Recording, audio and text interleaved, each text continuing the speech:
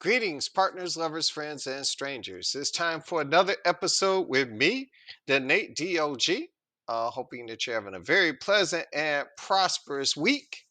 And we got a lot to talk about. So, I got a few things I'd like to say. Hopefully, you'll be nice enough to stay. You definitely deserve a break today. And we're going to do things my way because it is my channel. So, let's get at it. Let's talk about college football.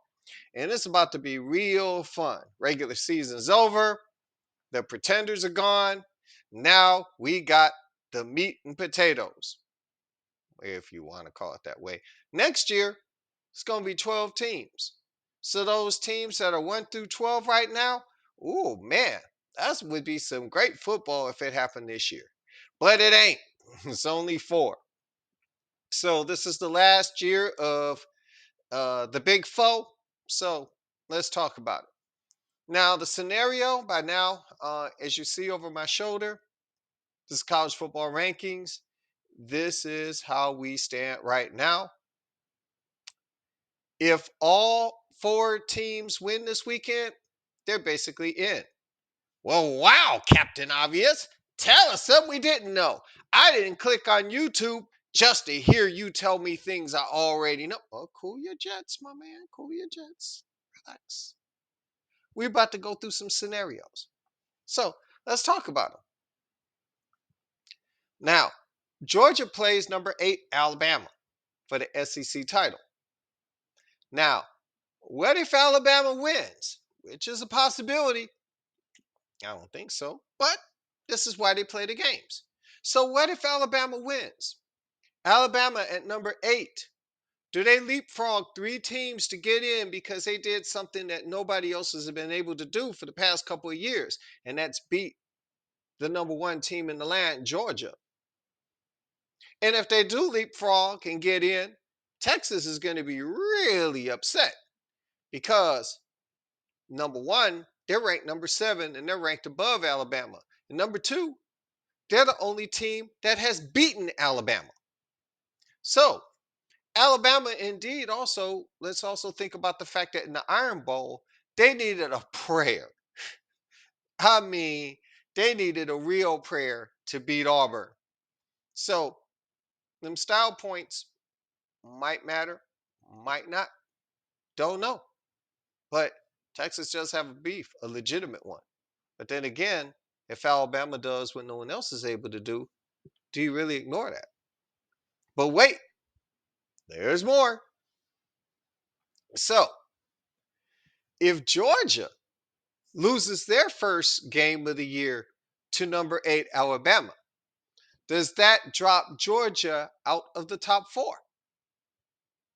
Now, they've been number 1 all year except one week where they gave Ohio State number 1, had Alabama, then had Georgia number 2, and that only lasted a week. So that whole body of work all year, they slip on a bar of soap, and they're out of the top 4. Now we do have a bit of a precedent here because going into last weekend, Ohio State was number 2. They lost, and where are they? They're parked at number 6. Okay, so it's safe to say that even if Georgia loses, I do not believe that as a team, Georgia is worse than number 4. Now, I think Georgia is probably better than everybody on this list, except maybe one.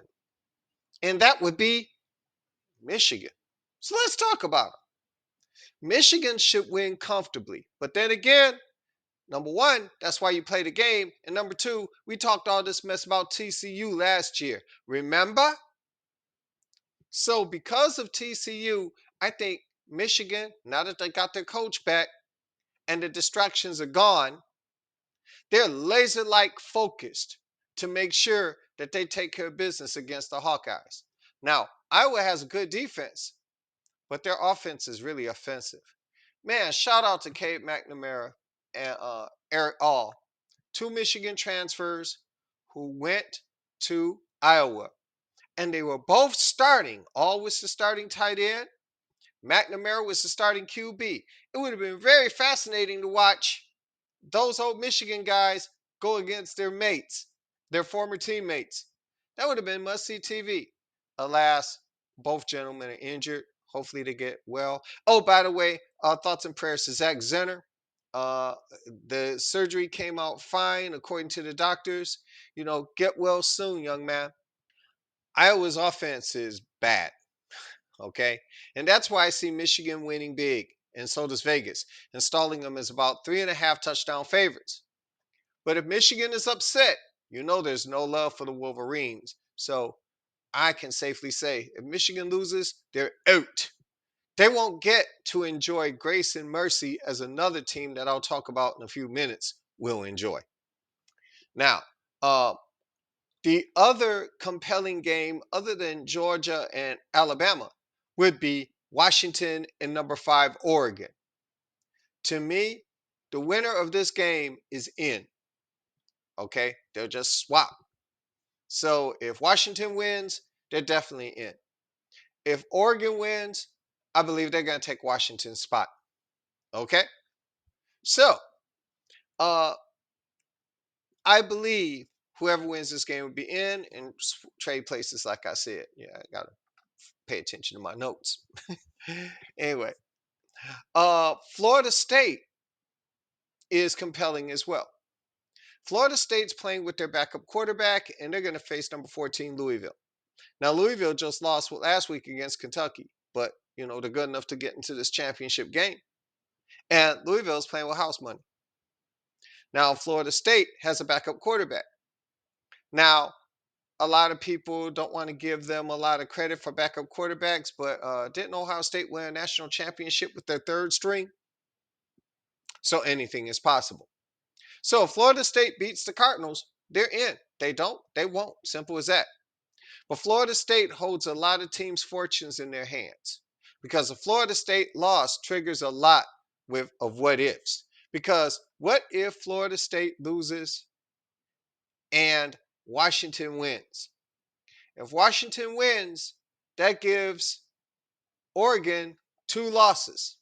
They're out because there's no 2-loss team getting in this championship. Florida State wins their game. That's one spot that's open. And with number 5 out of the way with 2 losses, guess who that team might be? Ohio State. And just like last year, Ohio State was the first one out. They got blown out at home by Michigan and were sitting at home licking their wounds when presto, USC lost. And that allowed a team who ran out of games to prove themselves, got blown out at home in their final game, did not play for anybody's championship, got the benefit of an extra week of rest, slid into the number 4 spot, and almost took out Georgia. Amazing, ain't it? This year, Ohio State is in the exact same position. They get beat by Michigan, get knocked out of the number 2 spot. They fall to number 6. They will not play another game. Season over. They are sitting on the couch. But here they are. A Washington win, Florida State loss. Pencil them in at number 4. Maybe Ryan Day knows exactly what he's doing when he loses to Michigan.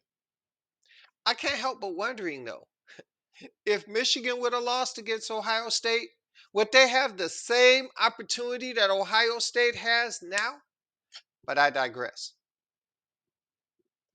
Ohio State is in a unenviable but enviable position because even though Texas is going to play another game this week, Alabama's going to play another game this week, games of consequence. These guys can go out here and bust it. And Ohio State's in a better position than both of those teams. That's wrong. And this is what the 12-team playoff is going to rectify because in the 12-team playoff, Ohio State's in, but so is Texas and so is Alabama. Okay. So we don't have this foolery next year, but this year is still this year. And I'm here to tell you, well, I'll talk about that later. So, Texas, speaking of Texas, right now, I know you Longhorns are kicking yourself in the rear right now, regretting that loss to Oklahoma. Man, that that Red River game, oh man, it's bad enough to lose it because it's a rivalry game. But now you're finding out that that's the one game that's separating you from the college football playoff. I'd be sick because I'm here to tell you, Texas, you would be holding number 4 down. And I have more confidence in Texas winning their game than Florida State winning theirs. I believe it would go chalk this Saturday if these teams were to do, if they do what they do, I think they're going to go chalk. But that's the beauty and the ugly of college football. Every game matters. Now, before I get to my favorite part of the program, which is me being a fanboy, we got to talk about another situation. And it's Malika Andrews. Now, for reasons that I'm not going to get into deeply here, Malika Andrews is perceived of having an anti-black man bias. Okay. I mean, it is what it is to some people.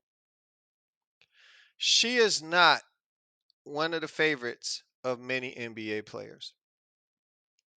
And she hasn't won a lot of points with some fans when she got into it with Stephen A. Smith over the Ime Udoka situation.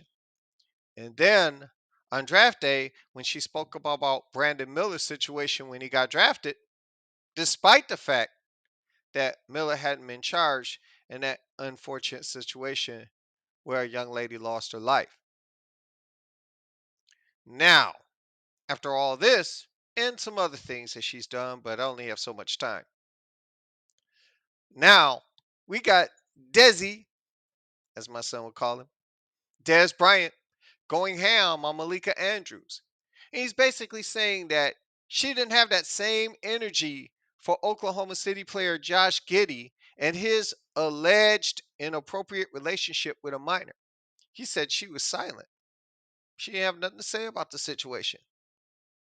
And on Twitter, he went ham on Malika. Full blown. You can go on Twitter or the, what I like to call it, the social media artist formerly known as Twitter. You can go on there and you can find it, or you can just go on the internet, locate it, click it, and you'll see the whole thing. But Daz kind of jumped the gun because Malika Andrews did report on the story. The story is available online as well. I actually saw it.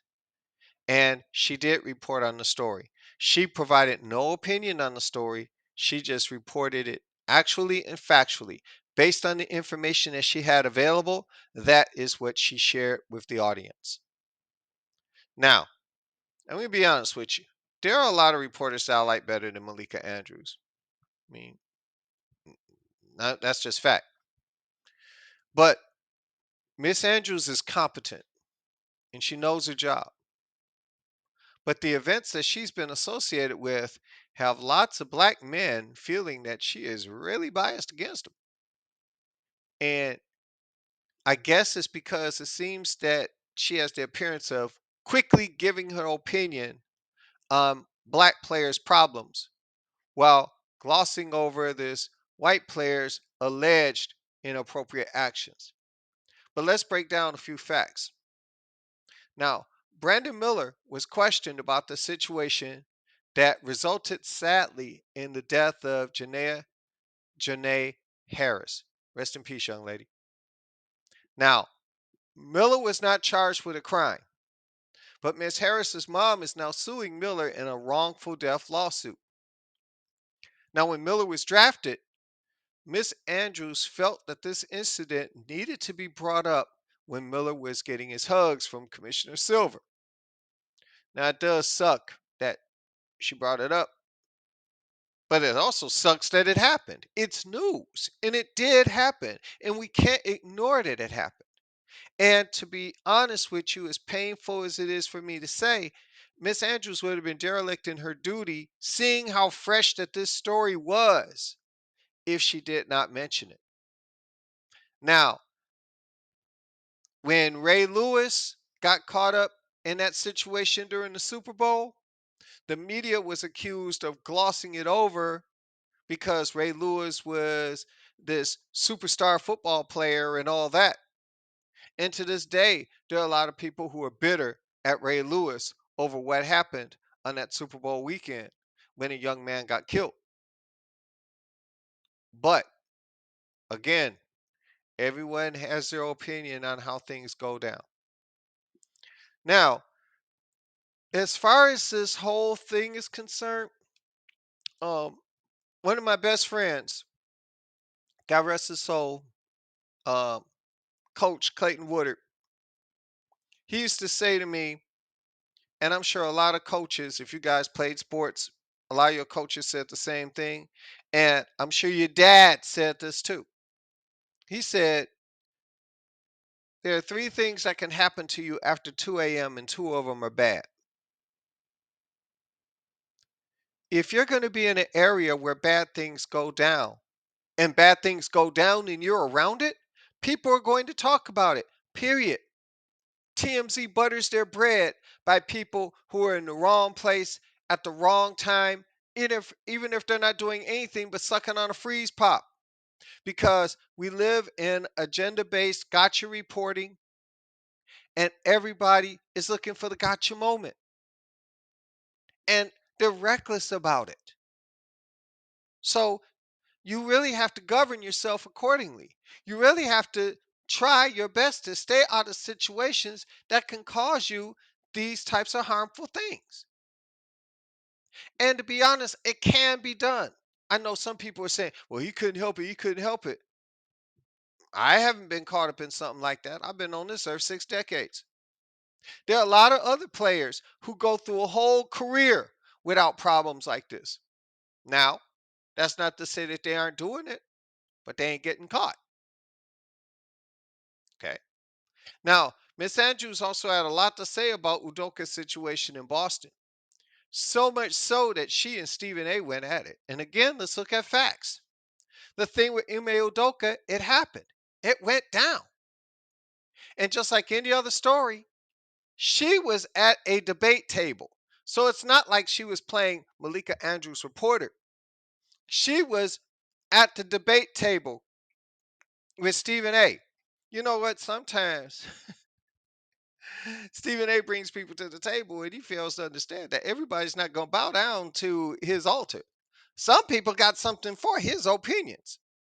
And even though he's the star of the show, that don't make him the all-knowing, all-seeing grand poobah of sports.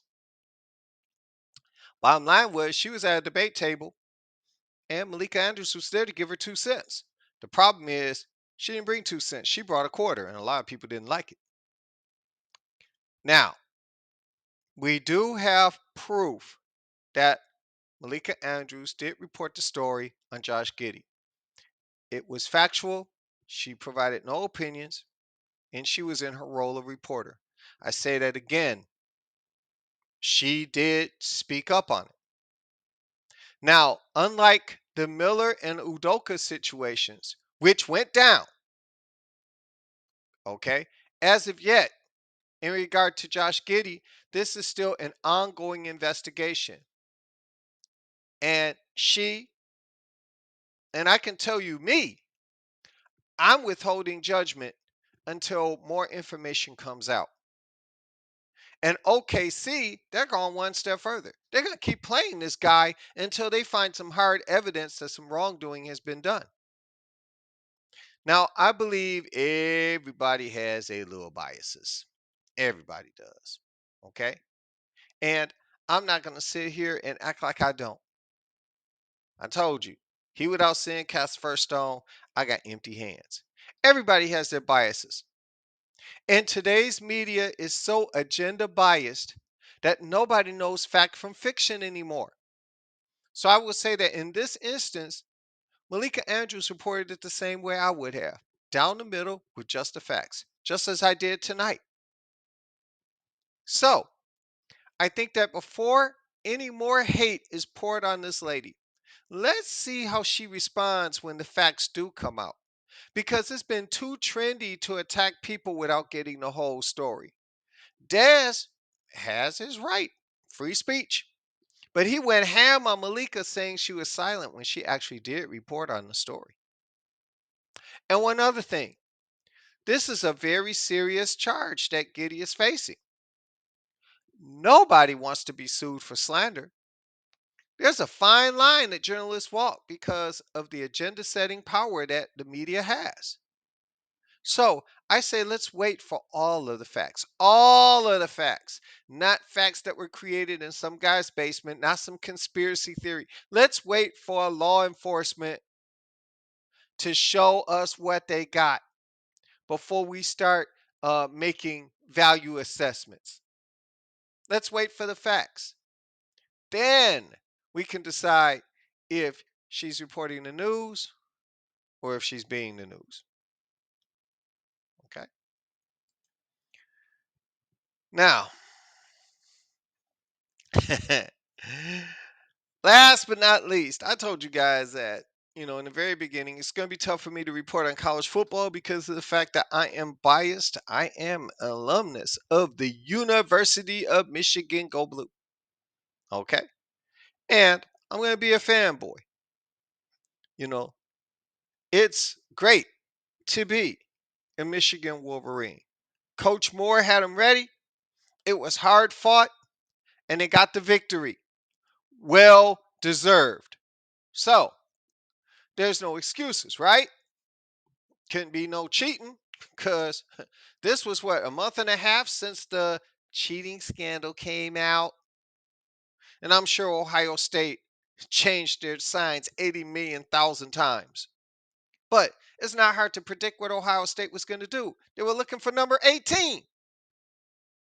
And all the big plays just about centered around number 18. So come on now. Even Stevie Wonder could see that's what they were going to do. Any way they could. Bottle him up, you have a chance for success. He still got off. I'm telling you, Marvin Harrison is real. And that man will be playing on Sundays.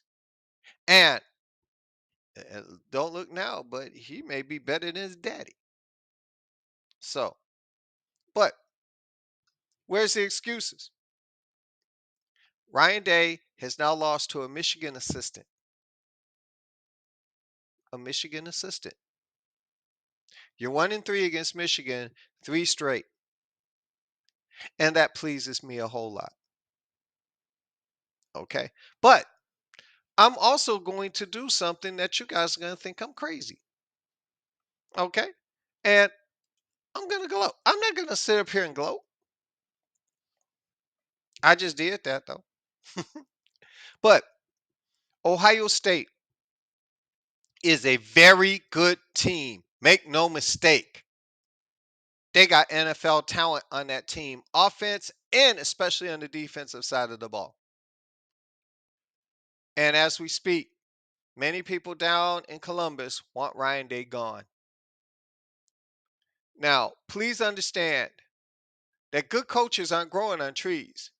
And trust me, I am not a fan of Ryan Day. Not at all. But I'd be a fool. And I would not have credibility if I don't admit that Coach Ryan Day is an excellent coach. Now, he's not the best coach as Gus Johnson would like for you to believe. The best coach in college football happens to be that older guy down in Tuscaloosa. But if Ohio State throws this guy away, it would not be a smart move at all. Unless you're bringing Urban Meyer back. That's about the only reason you get rid of Ryan Day at this point. But it's still great to be a Michigan Wolverine. And I'm going to be honest, based on the scenario that I set up, I am openly rooting for either, I'm either rooting for all four teams to win, or if anybody has to lose, just let Washington lose. Because if Washington loses, Oregon gets in. But if Washington loses, I'm going to be the biggest Florida State fan there is. Because I ain't going to lie. I need to have my 50 additional weeks of gloating over the loss of Ohio State. I need to savor that. I don't need to see them a second time. But if we see them a second time, second verse going to be the same as the first. We beat them then, and now we'll beat them again. Trust, believe, go blue. Well, I think that's about all I got. Is there anything else on do I have? Nah, I don't have anything else. Let's picture the big house. The big house was big. So I want to thank you all for taking time out of your day to watch this episode. It was a little longer, but we had a lot of stuff to cover. So thank you so much for taking time out of your day to listen or watch. Uh, please tell your friends. Uh, please like, comment, subscribe. The thought drops happen Tuesday/Wednesday morning. Random drops happen. Just tap the bell next to the subscribe button after you subscribe, and that way you'll be notified of any new information that I happen to drop, regardless of what kind it is. So, last but not least, my mom always taught me to be polite and to say please and thank you. And sometimes on some of my thought drops, I forget to say thank you. So I'm making a point. I'm going to make notes. I'm going to do everything. But thank you, thank you, thank you, thank you, thank you so much for watching. Thank you for telling other people about the channel. Thank you for bringing more people on. Thank you for the comments. Remember, if you comment, you know the simple rule, which is, hey, you can comment on anything you want. Just make sure that you keep it clean. Remember, kids watch this channel. If you can't say it in front of your mama, don't say it here. Okay? So with that being said, this is the Nate DOG. And as always in parting, we wish you love, peace, hair grease. I'm out, y'all.